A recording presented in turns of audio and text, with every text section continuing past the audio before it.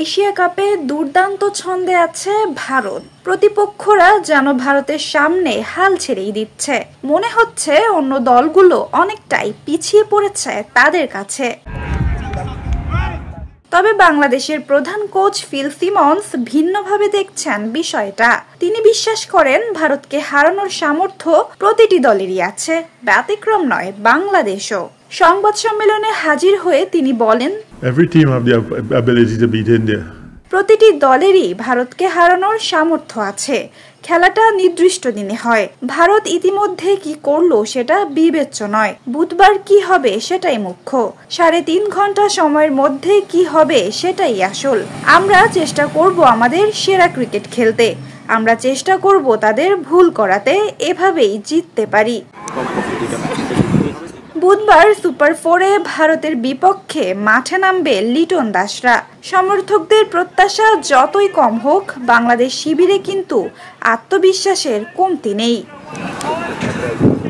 আন্তর্জাতিক টি-20-তে 17 ম্যাচে মাত্র একবারই ভারতকে হারাতে পেরেছে বাংলাদেশ। বহুজাতিক আসরে 20 ওভারে জেতা হয়নি একবারও। ইতিহাস তাই বাংলাদেশের পক্ষে নয়। তবুও ফিল সিমন্স মনে করেন ভারতের মতো প্রতিপক্ষকে হারানোর জন্য সবচেয়ে জরুরি জিনিসটা তাদের মধ্যে আছে বিশ্বাস।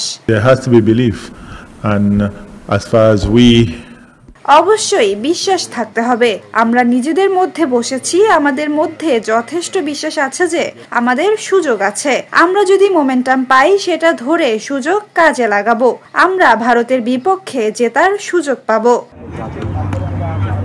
বাংলাদেশের হাতে তাই এখন একটাই কাজ, সেরা ক্রিকেট খেলে সুযোগটা কাজে লাগানো। এদিকে টাইগারদের সামনে রয়েছে সুপার 4-এর কঠিন সূচি। ভারতের বিপক্ষে ম্যাচের পরদিনই পাকিস্তানের বিপক্ষে মাঠে নামতে হবে। দুবাইয়ের গরমে পরপর 2 ম্যাচ খেলা অনেক কঠিন। এ বিষয়ে প্রধান কোচ বলেন, extremely difficult to play back-to-back T20 matches, back-to-back ODIs. Back to match টি-20 খেলা খুবই কঠিন, ব্যাক টু ব্যাক ওয়ানডে খেলাও। এটা আদর্শ কিছু না, কিন্তু আমরা প্রস্তুত আছি। সত্যি বলতে অনুশীলনে আমরা কঠোর পরিশ্রম করছি। আমি মনে করি ছেলেরা পরপর ম্যাচ খেলার জন্য যথেষ্ট ফিট। তবে কোনো দলের জন্যই ব্যাক টু ব্যাক টি-20 খেলা ফেয়ার না, এটা মানুষের ধারণার চেয়েও কঠিন। ভারতের মতো শক্তিশালী প্রতিপক্ষকে হারানো কঠিন, তবে অসম্ভব নয়। এ বিশ্বাস নিয়েই বুধবার মাঠে নামবে টাইগাররা। নাজিফা তাসনিম, ক্রিকেট 97।